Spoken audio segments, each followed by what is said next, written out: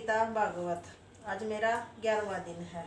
कथा आरंभ होने के पूर्व ही आ जाना चाहिए तथा मन लगाकर कथा सुननी चाहिए। कथा के पहले दिन मुख्य श्रोताओं को विघ्नहर श्री गणेश का पूजन करना चाहिए ताकि सप्ताह यज्ञ के बीच में किसी प्रकार का विघ्न उपस्थित न हो। कथा यज्ञ के साथ ही एक विद्वान ब्राह्मण को विष्णु सहस्त्र नाम का वर्णन देकर 7 दिन के लिए समीप ही बैठ देना उचित है। उस ब्राह्मण को चाहिए कि वह श्री शालिग्राम की प्रतिदिन पूजा करे तथा विष्णु सहस्त्र का पाठ करता हुआ प्रत्येक नाम के साथ ही शालिग्राम की मूर्ति पर एक एक तुलसी दल चढ़ाए।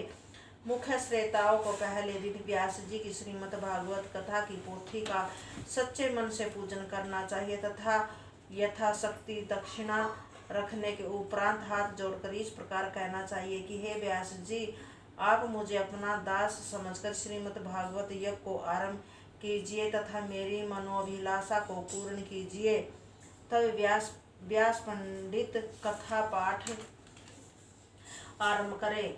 उसी समय अपना चित्त संसारिक माया मोह से हटाकर उसी से एकत्र कर देना चाहिए। कथा सुनने के उपरांत श्री हरि कीर्तन अवश्य करना चाहिए। इस प्रकार 4 घड़ी दिन रहने तक सप्ताह पर्यंत कथा सुननी चाहिए। व्यास पंडित को भी आवश्यक है कि वे कथा पाठ में शीघ्रता न करें। उन्हें कथा को इस प्रकार कहना चाहिए जिससे सब लोगों की समझ में भली भांति आ जावे। मध्याह्न के समय 2 घड़ी के लिए कथा पाठ बंद कर देना चाहिए। उस समय में व्यास जी तथा श्रोताओं को दूध अथवा फलों का थोड़ा सा आहार कर लेना चाहिए। जब तक सप्ताह यह संपूर्ण न हो तब तक सभी श्रोताओं को केवल संध्या के समय भोजन करना चाहिए। यदि 7 दिन तक केवल दूध घी तथा फल खाकर ही निर्वाह किया जा सके तो वह सबसे उत्तम है, परंतु निराहार नहीं रहना चाहिए। इसके अतिरिक्त श्रोताओं को यह भी आवश्यक है कि वे 7 दिन पर्यंत ब्रह्मचर्य व्रत का पालन करें। पृथ्वी पर सोना पत्तल में भोजन करना श्रेष्ठ है।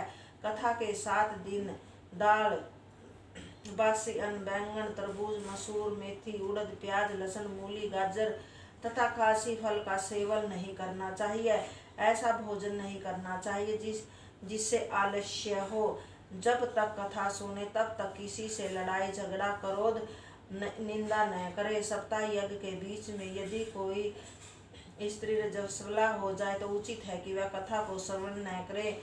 मलेच्छ आदि सभा में न बैठे। उन्हें कथा सुनने की इच्छा हो तो दूर बैठकर सुने। सभी श्रोताओं को सत्य बोलना तथा जीवों पर दया रखना आवश्यक है। कथा के बीच में शोर नहीं करना चाहिए। इस सप्ताह यज्ञ के सुनने से श्रेष्ठ फल की प्राप्ति होती है। जो स्त्रीवान तथा अथवा अनेक बालक को जन्म देने के उपरांत एक दूसरा बालक न हो या किसी का गर्भपात हो, वह यदि कथा सुनने को मन लगाकर सुने तो उसे पुत्र की प्राप्ति होती है। इस कथा के सुनने के प्रताप से संपूर्ण मनोरथ पूर्ण होते हैं। कथा समाप्ति पर प्रतिदिन श्रोताओं को तुलसी दल एवं प्रसाद देना चाहिए। जब कथा संपूर्ण हो जाए तब 8वें दिन 10वें स्कंद के श्लोकों तथा गायत्री मंत्र की आहुति देकर आह्वान करना चाहिए। ब्राह्मणों को सुस्वादु भोजन कराके उन्हें अपनी सामर्थ्य के अनुसार दान देना चाहिए। सच्चे मन से उसकी पूजा करे और विदा करना चाहिए। यह कथा सुनने से धर्म, अर्थ, काम तथा मोक्ष प्राप्त होती है। इतना कहकर श्री संत कुमार बोले, हे नारद जी, यदि तुम्हें सुनने की इच्छा तो हम फिर से श्रीमद् भागवत का दूसरा पारायण आरंभ करें। यह सुनकर नारद ने कहा, हे महात्मन, इससे बढ़कर आनंद की और क्या बात हो। मेरे भाग्य धन्य जो आप मुझ पर फिर ऐसी कृपा करना चाहते। तब नारद की प्रार्थना स्वीकार करके संत कुमार जी ने दूसरा पारायण यज्ञ आरंभ किया। जिस समय समस्त ऋषि मुनिगण उस सप्ताह पारायण को सुनने के लिए एकाचित होकर बैठे, उसी समय महात्मन श्री सुखदेव तीर्थ यात्रा करते हुए वहां आ पहुंचे। सुखदेव को देखते ही सब लोग उठकर खड़े हो गए तथा श्री संत कुमार ने आगे बढ़कर उन्हें अपने आसन पर प्रतिष्ठित कर दिया। उसी सप्ताह यज्ञ की तैयारी को देखकर श्री सुखदेव ने सब श्रोताओं से कहा कि हे महामुनियों, अब आप इस कथा को चित लगाकर सुने। यह कथा वेद रूपी वृक्ष का फल है। संसार के अन्य फलों में गुठली तथा छिलका रहता है, परंतु यह फल सब और सबसे अमृत रूपी रस से भरा हुआ है। इस कथा का रसास्वादन बारंबार करना चाहिए। इस कथा को सर्वप्रथम श्री नारायण ने अपने पिता ब्रह्मा जी से कहा।